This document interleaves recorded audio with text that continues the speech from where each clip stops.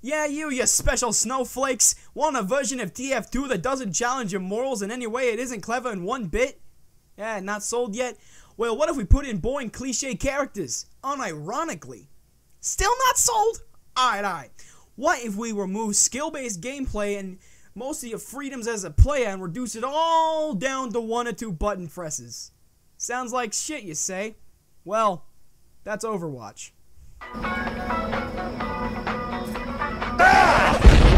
Alright, I'm finally doing it. I'm making a video about how I feel about Overwatch. And before you say I've never played it, I have gameplay I recorded that's going to show up periodically to show that I have indeed played it. Also, if you are a fan of Overwatch, don't expect this video to be one-sided, but also don't expect it to be very positive. I do want to talk about things that Blizzard got right about this game, but it is mostly going to be about what they got wrong. Also, I'd like to say that TF2 is not a perfect game either. I'm just talking about Overwatch. So without further ado, let's begin with what Overwatch did right. Overwatch is a game that is amazingly easy to pick up. Within just a few hours, I pretty much understood the ins and outs of all the classes. Plus, the loot box system is a great incentive to play the game and level up, something I desperately hope TF2 adopts in the matchmaking system eventually. And of course, this game has amazing optimization for performance. Well, other than the automatic frame locked at 30 frames per second, but that was easily fixable. Now, here's how I feel about Overwatch in general. I don't like it. I know I just talked about what I liked in it, but those 3 things were basically the only things I liked. And hell, the game being easy to learn is sort of a double-edged blade. Overwatch gets boring and irritating faster than trying to watch a framed picture of grass grow. I know it's all just personal preference, and you can call me a hipster all you want, but I feel that TF2 is much more balanced, fair, and consistent. Yes, even with random crits. Yes, even with WM1.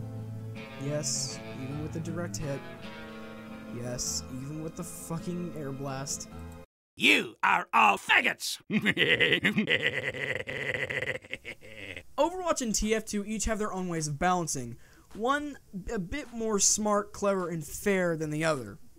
TF2 uses what I like to call soft counters, in which a class is definitely disadvantaged in some areas and more advanced in others in a 1v1 situation with a different class. The outcome of the fight usually resulting in how skilled the weaker class is at using those advantages against the stronger foe. Overwatch uses hard counters, possibly the laziest way to balance a game. If you don't know what a hard counter is, I'll give you a real-life example. Imagine there's a spider on the wall of a shoe shop. A spider can't really do jack shit against someone who has a shoe, right? Well, even if the spider were to run, he'd still be too slow for the human holding the shoe. Overwatch uses many hard counters. And when you're playing it, it's almost unavoidable to find a class against you that's a fucking hard counter against yours. I mean, here's a chart showing all these counters. It's fucking ridiculous. And one last thing I'd like to mention is that Overwatch gives you almost no freedom to play the game the way you want to play. You can only play the way the devs want you to play. You can't go rogue, you can't do your own thing, you can't use any physics engine exploits like rocket jumping, mainly because that kind of stuff has been reduced to an insultingly simple key command. Talk, you cunt! Fairness kinda goes along with balance, but thanks to the biggest culprit, hard counters, Blizzard, trying to make the game easier to play and learn, has also made it much more unfair. If you don't know what I mean, let me throw you some stats. There are 24 total classes in Overwatch. 5 of them have deployable shields and 11 different types of stun mechanics. Yes, 11 different types of stun mechanics in a fast-paced first-person team-based shooter. You know how many TF2 has? 3. And that's the Sandman's Ball, Knockback from high damage, and Air Blast. I never asked for this. So, this point is more based on the game's design more than gameplay, but I'm a fucking nerd who thinks that good game design is just as important as good gameplay, and Overwatch got that part very wrong. Before reaching for your keyboard to rage at me, let me explain. You ever play games like Super Smash Bros. Or even PlayStation All-Stars if you really hate yourself, and just see the lineup of all the characters? That's kind of what it feels like to me when I see Overwatch. none of the characters really match each other. I mean, like, yeah, the art style, I guess, but just look closely at this picture. Now look at the one from Smash Bros. You get kind of the same feeling when you look at it. You look like you're looking at a bunch of different people from different fucking video games. I mean, you got fucking Blue Bitch over here, you got fucking Harambe Dead Meme over fucking here, you got fucking Lesbian Teleporting Bitch over here. I mean, yes, it's kind of an exaggeration, but here, let's look at the TF2 classes. See how their designs stay consistent, the color palette mostly stays the same? See how they look more unique without having to break the subtlety of the established art style?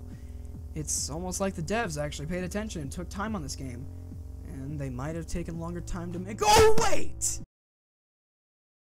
Whoo! Having opinions on the internet is edgier than Nintendo 64 graphics! That's the part where you laugh. Anywho, thanks for watching. Did you enjoy it? Did you hate it? Did you come to this video just to point out things that I said that kind of sound like what another TF2 YouTuber said? Well, if you're gonna worship your favorite YouTuber by insulting me, go ahead, I guess. I don't care. Here's some sweet-ass fan art made by some beautiful friends and fans. And I'll see you guys later. Peace.